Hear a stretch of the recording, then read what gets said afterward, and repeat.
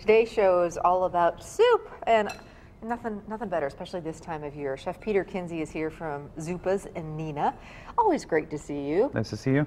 How many soups do you guys do usually every day? Well, we always have 4 hot soups every day, and then Homemade. we have a lot homemade. Everything's from scratch. And then we always have some soups in the freezer, so probably 10 different kinds you can get. Excellent, and So. I'm sure this is one of the favorites when people are starting to feel getting colds and things like Yeah, that. we have a lot of people that call, order it, request it, freeze it, so it's perfect. So if you make a big batch, you can always freeze some and have it ready around to bring over to somebody that's sick or just eat it. Yeah, no kidding. We're making chicken dumpling soup, Right. and Peter says he will put it on the menu sometime this week. But always you can call and find out what the soups of the day are, or Go to what our soups they have in webpage, the. What soups they have in the case. So let's get it started because there's a few different things going on here, Right. and then probably Mom's. So we have a little bit of dumpling butter in soup. there, the pan's hot, but that's okay. A little butter. And it's about a tablespoon, and we're going to add 1/2 of a white onion diced. Okay.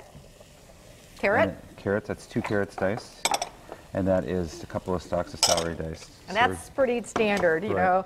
In fact, back in the day, you know, we didn't have olive oil back there, so No. it was always Yeah. butter, you know, to Butter's start good, with. too. Yeah. I like both olive oil and butter, but so we got that cooking. We're going to let that cook down a little bit. Okay. And then we're going to add a little bit of garlic. It's about a couple of cloves of garlic chopped. Okay.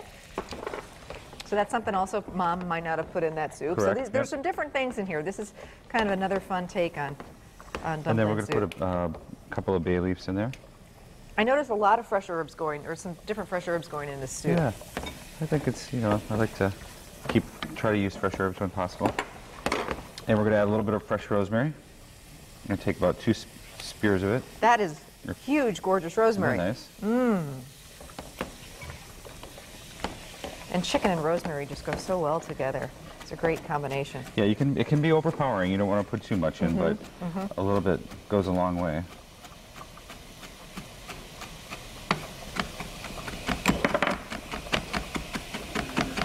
Okay, so go ahead and add that. Looks fantastic. And then we have some diced chicken meat. And you can probably buy it in the freezer section at the grocery store, but if you buy rotisserie chicken, you roast a chicken, Sure. save it, pick it off, dice it. You can freeze it and pull it out when you need it. So we're going to add that. There's about 2 cups of diced chicken meat. Okay. And we're going to add a cup of white wine. Ooh, that's something It's a fun, Chardonnay, different. yeah. Some great flavor in there, and the alcohol will cook off. It will cook off. Yep. You can skip it, but this kind of adds, you know, the taste of adds a little acid to it.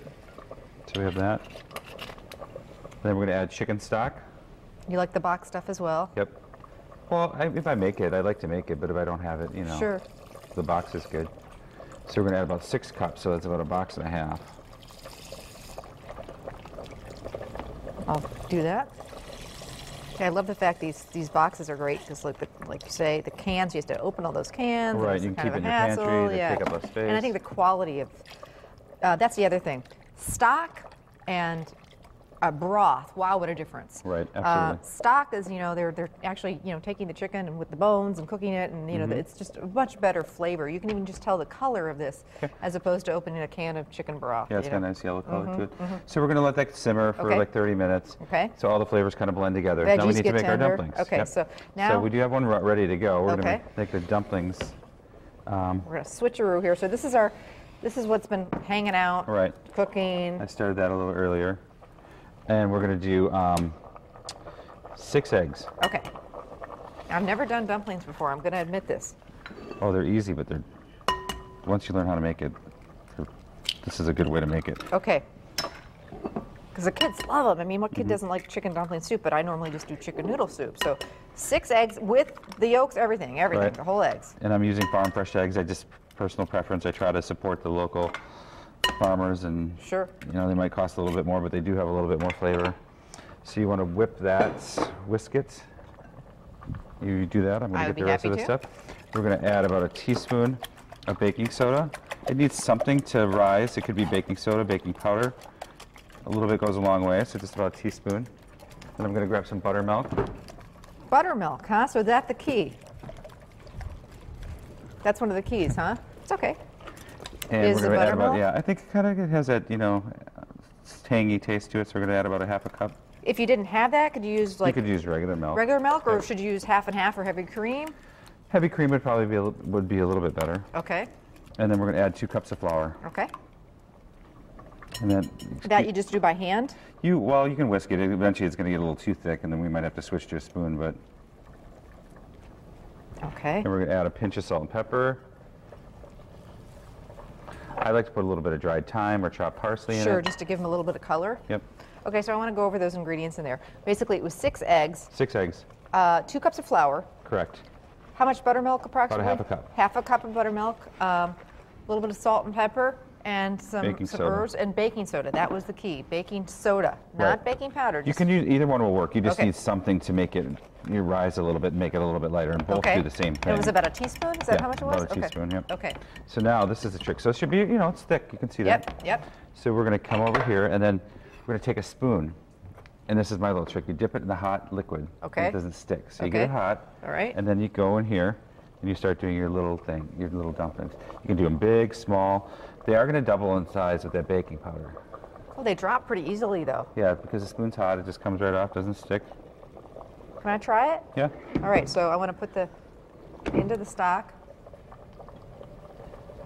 And I want to finish it. It comes right off. Yeah. Okay. I'm going to start chopping a little parsley because we're going to finish it with some chopped parsley. Ooh, these just puff right up. Isn't that nice? It's fun. Should we do a really big one? Sure. Anne, I bet would like a big. I bet you want a big dumpling. And like I said, this is perfect. You can make a big batch and just freeze it. And you pull it out, and then you don't have to go through the trouble of making it every time you need some, or give it as gifts to friends. Now, this dumpling batter, once you use it, you got to use it all right now?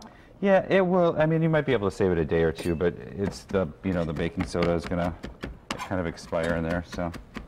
Well, this is fun, Peter. I'm excited about this. I was thinking it was a lot more complicated. No, it's easy. So I'm going to put a little fresh chopped parsley in there for color. And I want to finish the soup with a little bit of lemon zest. Ooh, that's fun. Lemon and chicken and rosemary all go well together. And that's something you do right before. Do these dumplings, are they done right now? I mean, they're pretty much done. Once they actually come to a boil and rise to the top, they're pretty much done.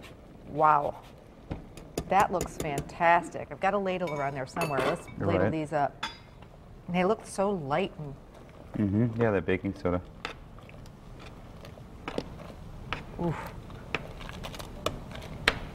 I'm so excited. Now I can make homemade chicken dumpling soup for Ireland, her favorite.